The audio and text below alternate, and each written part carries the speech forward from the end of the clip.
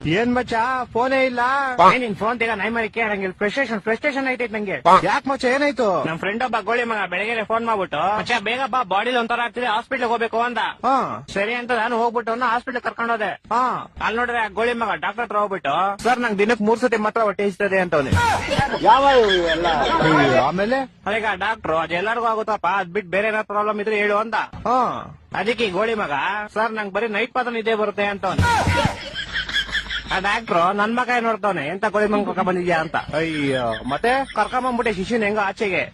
ಆಚೆ ಬಂದ್ಬಿಟ್ಟು ಶಿಷ್ಯ ಹಾಸ್ಪಿಟ್ಲ್ ಎಲ್ಲ ಫುಲ್ ನೋಡ್ಬಿಟ್ಟು ಮಚ್ಚ ಈ ಹಾಸ್ಪಿಟ್ಲ್ ನಂಗೆ ತುಂಬಾ ಸ್ಪೆಷಲ್ ಅಂದ. ಏನ ಸ್ಪೆಷಲ್ ಅಂದ್ರೆ ಮಚ್ಚ ನಾನು ಈ ಹಾಸ್ಪಿಟಲ್ ಹುಟ್ಟಿದ್ದು ಅಂದ. ಅದ್ರಲ್ಲಿ ಸ್ಪೆಷಲ್ ಐತಂತೆ. ನಾನು ಸೇಮ್ ಕ್ವಶನ್ ಕೇಳ್ದೆಪ್ಪ. ಮಚ್ಚ ನಾನ್ ಚಿಕ್ಕ ವಯಸ್ಸಲ್ಲಿ ಹುಟ್ಬಿಟ್ಟೆ ಅದೇ ಸ್ಪೆಷಲ್ ಅಂತ. ಒಂದೊಂದಲ್ಲ ಅದ್ ಬಿಡಪ್ಪ ಹೋಗ್ಲಿ. ಮಚ್ಚ ಹುಟ್ಟಿದ ತಕ್ಷಣ ನಂಗೊಂದ್ ಸೀಕ್ರೆಟ್ ಗೊತ್ತಾಯ್ತು ಅಂದ. ಏನ್ ಸೀಕ್ರೆಟ್ ಅಂದ್ರೆ ಮಚ್ಚ ಹುಟ್ಟಿದ ತಕ್ಷಣ ನೋಡ್ತೀನಿ ನೋಡಿದ್ರೆ ನಮ್ಮ ಅಮ್ಮ ಲೇಡೀಸು ನಮ್ಮ ಅಪ್ಪ ಜೆಂಟ್ಸು ಅಂತ.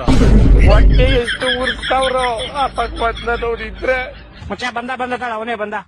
ಮಚ್ಚ ಏನ ಮಚ್ಚ ಗಾಡಿ ಏನೋ ಪ್ರಾಬ್ಲಮ್ ಆಗ್ಬಿಡೈತ್ ಮಚ್ಚ. ಏನಾಯ್ತಾ? ಮಚ್ಚ ಗಾಡಿ ಓಡಿಸಿದ್ರೆ ಟೈರ್ ತಿರುಗ್ತೈತೆ ಮಚ್ಚ.